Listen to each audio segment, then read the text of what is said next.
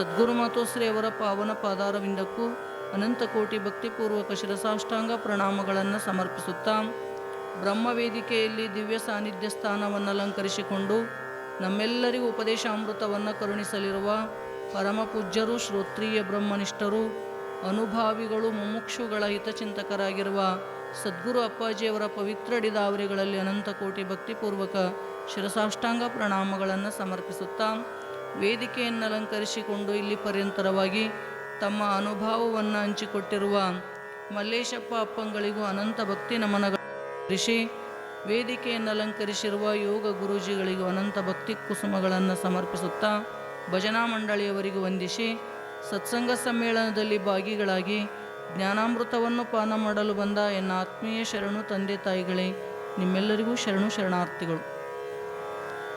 ಜಗದ್ಗುರು ಶ್ರೀ ಸಿದ್ಧಾರೂಢಪ್ಪನ ಶ್ರೀಮಠದಲ್ಲಿ ಪುರುಷೋತ್ತಮ ಮಾಸದ ನಿಮಿತ್ತವಾಗಿ ಹಮ್ಮಿಕೊಂಡಿರುವ ಈ ಸತ್ಸಂಗದ ಕಾರ್ಯಕ್ರಮದ ಪ್ರತಿ ಶನಿವಾರದಂತೆ ಈ ಶನಿ ಕೂಡ ಜಗದ್ಗುರು ಶ್ರೀ ಸಿದ್ಧಾರೂಢಪ್ಪನ ಕಥಾಮೃತವನ್ನು ನಾವೆಲ್ಲ ಕೇಳ್ತಾ ಬಂದಿದ್ದೀವಿ. 54ನೇ ಅಧ್ಯಾಯ. ಅದರಲ್ಲಿ ಏನು ಅಪ್ಪ ಲೀಲಾ ಮಾಡಿದ ಅಂತಕ್ಕಂಥದ್ದನ್ನು ನಮಗೆ ತಿಳಿಸ್ತಾ ಬಂದಿದ್ದಾರೆ. ಮನುಷ್ಯನಾಗಿ ಹುಟ್ಟಿ ಬಂದ ಬಳಿಕ ನಾವೆಲ್ಲ ಮುಕ್ತಾತ್ಮರಾಗಲೇಬೇಕು. ತತ್ಪೂರ್ವದಲ್ಲಿ ಸಾಧಕನಿಗೆ ಸಾಧನೆಗಳನ್ನು ತಿಳಿಸುವಾಗ ನೀನು ಆ ಮುಕ್ತಿ ಅಂತಕ್ಕಂಥ ಮಾರ್ಗವನ್ನು ಸೇರಬೇಕಾಗಿತ್ತು ಅಂದ್ರೆ ಗುರುವಿನ ಪ್ರಾಮುಖ್ಯತೆ ಭಾಳ ಜರೂರಿ ಅದ. ಗುರುವಿಲ್ಲದೆ ನಮಗೆ ದಾರಿನೇ ಸಿಗಂಗಿಲ್ಲ. ಅದಕ್ಕೆ ಅವನಿಗೆ ದೇಶಿಕ ಅಂತ ಕರೀತಾರೆ. ದಿಶತಿ ಇತಿ ದೇಶಿಕ. ಅಧ್ಯಾತ್ಮ ಪಥವನ್ನು ಪರಿಚಯ ಮಾಡಿಕೊಡ್ತಕ್ಕಂಥವರು ಸದ್ಗುರುಗಳು ಇರ್ತಾರ ಅಂತ ತಿಳ್ಕೊಂಡು ನಾವೆಲ್ಲ ಈ ಅಧ್ಯಾತ್ಮಕ್ಕೆ ಬರೋದಕ್ಕಿಂತ ಪೂರ್ವದೊಳಗೆ ದೈವ ಭಕ್ತಿಯನ್ನು ಮಾಡಿದ್ರೆ, ಯಾವಾಗ ಈ ಮಾರ್ಗಕ್ಕೆ ಬಂದ್ವಿ ಅಂದ್ರೆ ನಮ್ಮ ಕೆಲಸ ಏನ್ರಿ ಅಂದ್ರೆ ಗುರುಭಕ್ತಿಯನ್ನು ಮಾಡಬೇಕು. ಅದಕ್ಕೆ ಚರಿತ್ರೆಯೊಳಗೆ ಹೇಳ್ಕೊಂಬಂದ್ರಲ್ಲ, ಎಲ್ಲ ಭಕ್ತಿಗಳಲ್ಲಿ ಗುರುಭಕ್ತಿನೇ ಶ್ರೇಷ್ಠ ಅಂತ ಬರ್ಕೊಂಡು ಬಂದಿದ್ದಾರೆ ಶಿವದಾಸರು. ಅಂದ್ರೆ ನಿಜವಾಗಿ ಕಣ್ಣಿಗೆ ಕಾಣತಕ್ಕಂಥ ದೇವರು ಯಾರಾದರೂ ಇದ್ರೆ ಸದ್ಗುರುನಾಥ. ತಿಳಿತ್ರಿ? ಆ ಗುರುಭಕ್ತಿಯನ್ನು ಮಾಡ್ತಕ್ಕಂಥವನು ಯಾವ ರೀತಿ ಮಾಡಬೇಕ್ರಿ ಅಂದ್ರೆ, ನಮ್ಮೊಳಗೆ ಅವ್ರ ಬಗ್ಗೆ ಪ್ರೇಮ ಉತ್ಪತ್ತಿ ಆಗಬೇಕಾಗಿತ್ತಂದ್ರೆ ಗುಣ ಲೀಲಾ ಚಿಂತನೆಗಳನ್ನು ನಿರಂತರವಾಗಿ ಮಾಡಬೇಕು.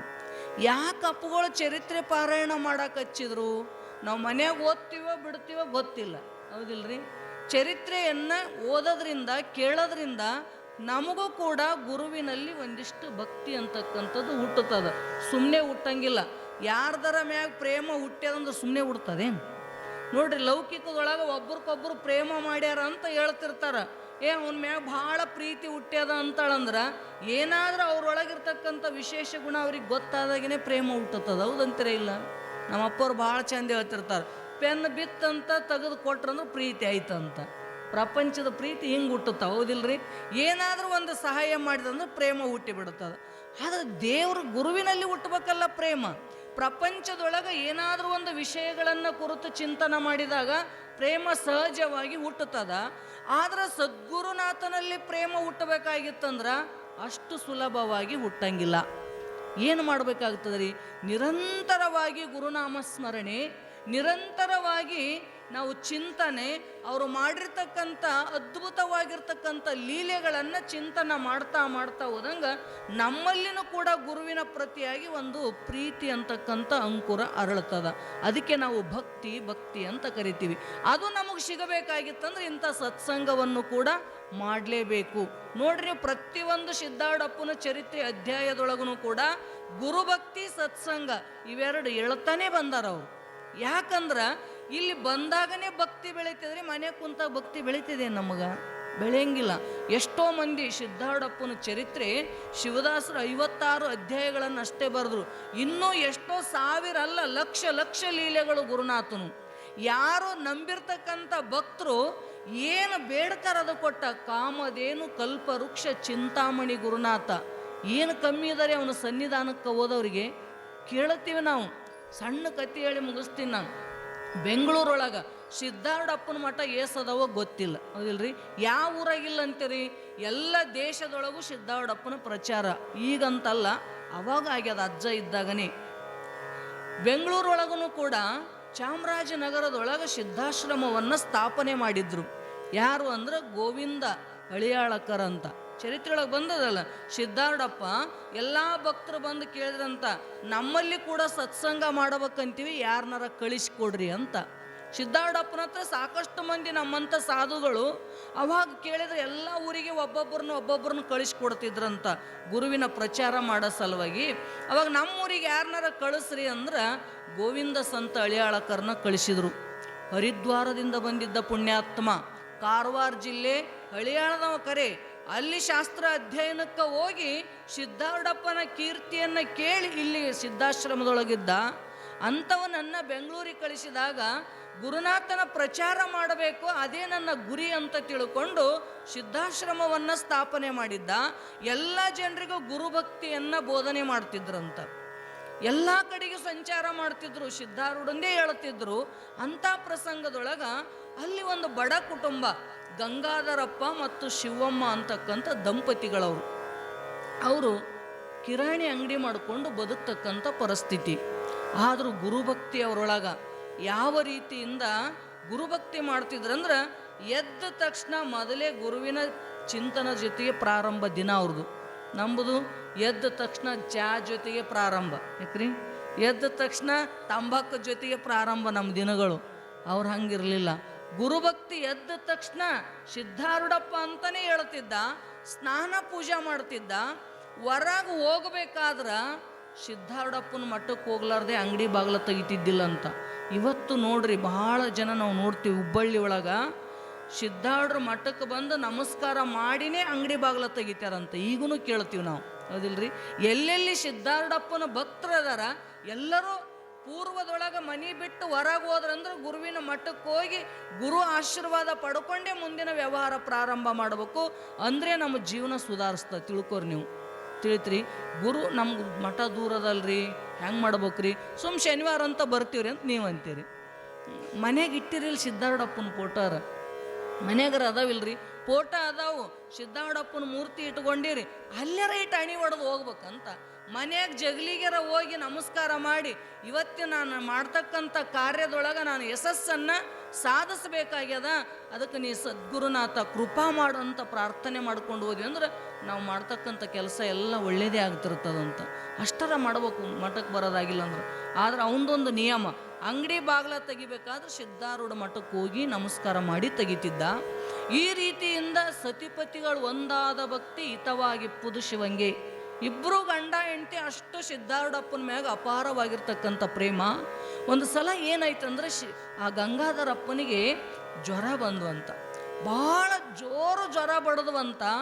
ಜ್ವರ ಬಂದ ತಕ್ಷಣ ಹೆಂಡತಿ ದವಾಖಾನೆ ಕರ್ಕೊಂಡು ಹೋದ್ಲು, ತೋರಿಸಿದ್ಲು, ತೆಲಿಗೇರಿತ್ರಿ. ಜ್ವರ ತೆಲಿಗೇರಿದ್ದು ಏನು ಮಾಡಿದ್ರು ಇಳಿಯೋಕ್ಕೆ ತಯಾರಿಲ್ಲ. ಎಷ್ಟೆಲ್ಲದ ಡಾಕ್ಟ್ರುಗಳು ನೋಡಿದ್ರು, ಔಷಧ ಕೊಟ್ಟರು, ಟ್ರೀಟ್ಮೆಂಟ್ ಕೊಟ್ಟೇ ಕೊಡಾಕತ್ತಾರ. ಕರೆ ಜ್ವರ ಇಳಿವಲ್ವು ತಲೆ ಮ್ಯಾಗಿಂದು.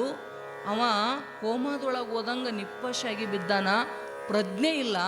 ದೊಡ್ಡ ದೊಡ್ಡ ಡಾಕ್ಟ್ರುಗಳು ಬಂದು ತೋರಿಸಿದ್ರು, ವಾರಾನುಗಟ್ಲೆ ದವಾಖಾನೆಗೆ ಉಳಿದ್ರು. ಕರೆ ಆರೋಗ್ಯದೊಳಗೆ ಸ್ವಲ್ಪನೂ ಸುಧಾರಿಸಲೇ ಇಲ್ಲ, ಕೊಡ್ಡು ಬಿದ್ದಂಗೆ ಬಿದ್ದು ಬಿಟ್ಟಿದ್ದ.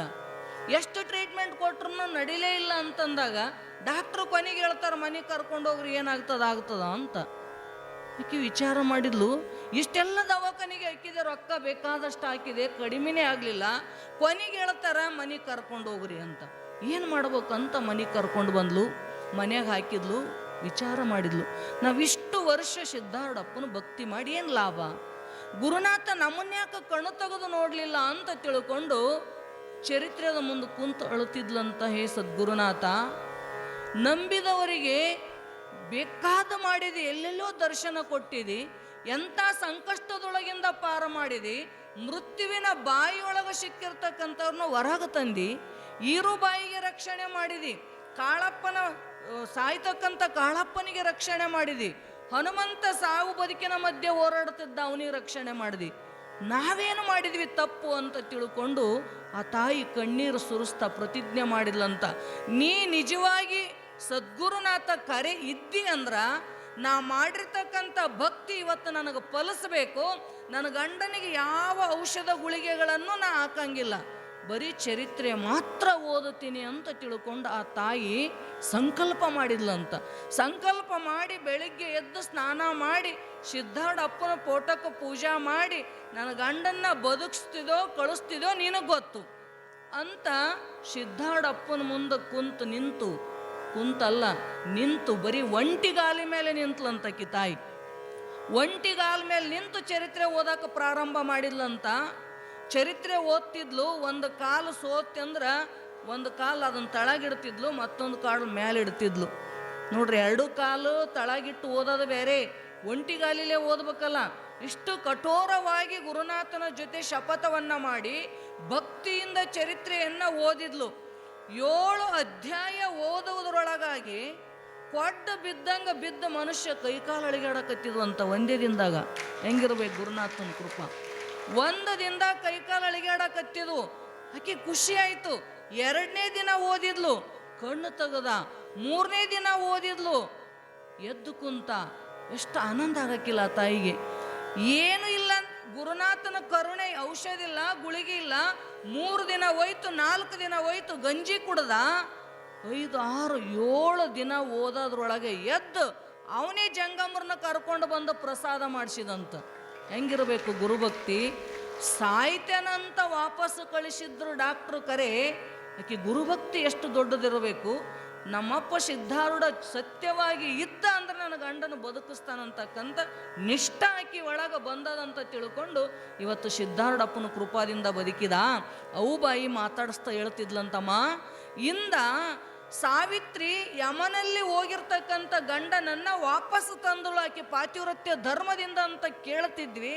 ಇವತ್ತು ನಿನ್ನ ಜೀವನದೊಳಗೆ ಸಾಕ್ಷಾತ್ ನಾವು ನೋಡಿದ್ವಿ ನೋಡು ಅಂತ ಆಶ್ಚರ್ಯವನ್ನು ವ್ಯಕ್ತಪಡಿಸ್ತಿದ್ಲಂತ ತಾಯಿ. ಹೇಳೋ ತಾತ್ಪರ್ಯ ಏನಂದ್ರ, ಸಿದ್ಧಾರೂಢಪ್ಪನ ಚರಿತ್ರೆ ಸಾಮಾನ್ಯ ಅಂತಲ್ಲ, ಒಂದೊಂದು ಅಕ್ಷರದೊಳಗೂ ಗುರುನಾಥ ಇವತ್ತಿಗೂ ಕೂಡ ಜೀವಂತವಾಗಿ ಅದನ. ಯಾರು ನಿಷ್ಠಾ ಶ್ರದ್ಧೆಯಿಂದ ಓದ್ತಾರ, ಬೇಡಿದವರಿಗೆ ಬೇಡಿದ ಇಷ್ಟಾರ್ಥಗಳನ್ನು ಕೊಡ್ತಕ್ಕಂಥ ಗ್ರಂಥ ಯಾವುದಾದ್ರೂ ಒಂದು ಇತ್ತು ಅಂದ್ರೆ ಅದು ಗುರುನಾಥನ ಚರಿತ್ರೆ ಅದ. ಅದಕ್ಕೆ ನಾವು ಎಷ್ಟಾಗ್ತದಷ್ಟು ದಿನ 1 ಅಧ್ಯಾಯ 2 ಅಧ್ಯಾಯ ನಿರಂತರವಾಗಿ ಗುರುನಾಥನ ಚಿಂತನೆಯನ್ನು ಮಾಡ್ತಾ ಆ ಅಧ್ಯಾಯಗಳನ್ನು ಪಠಣ ಮಾಡ್ತಾ ಹೋದಂಗೆ ನಮ್ಮೊಳಗೂ ಭಕ್ತಿ ಅಂತಕ್ಕಂಥದ್ದು ಹುಟ್ಟುತ್ತದ. ಆ ಭಕ್ತಿನೇ ಮುಂದೆ ಮುಕ್ತಿಗೆ ಕಾರಣೀಭೂತ ಆಗ್ತದಂತಕ್ಕಂಥ ಮಾತನ್ನು ಮಹಾತ್ಮರು ಹೇಳ್ತಾ ಇದ್ದಾರಲ್ಲ. ಇದೇ ವಿಷಯವನ್ನು ಪೂಜ್ಯ ಸದ್ಗುರುಗಳು ನಮ್ಮೆಲ್ಲರಿಗೂ ಉಪದೇಶ ಮಾಡ್ತಾರಂತ ಹೇಳ್ತಾ ನನ್ನ 2 ತೊದಲು ನುಡಿಗಳನ್ನು ಸದ್ಗುರುನಾಥ ನುಡಿದ ಅವರುಗಳಲ್ಲಿ ಅರ್ಪಿಸ್ತಾ ಇದ್ದೇನೆ. ಹರಿ ಓಂ ತತ್ಸತ್.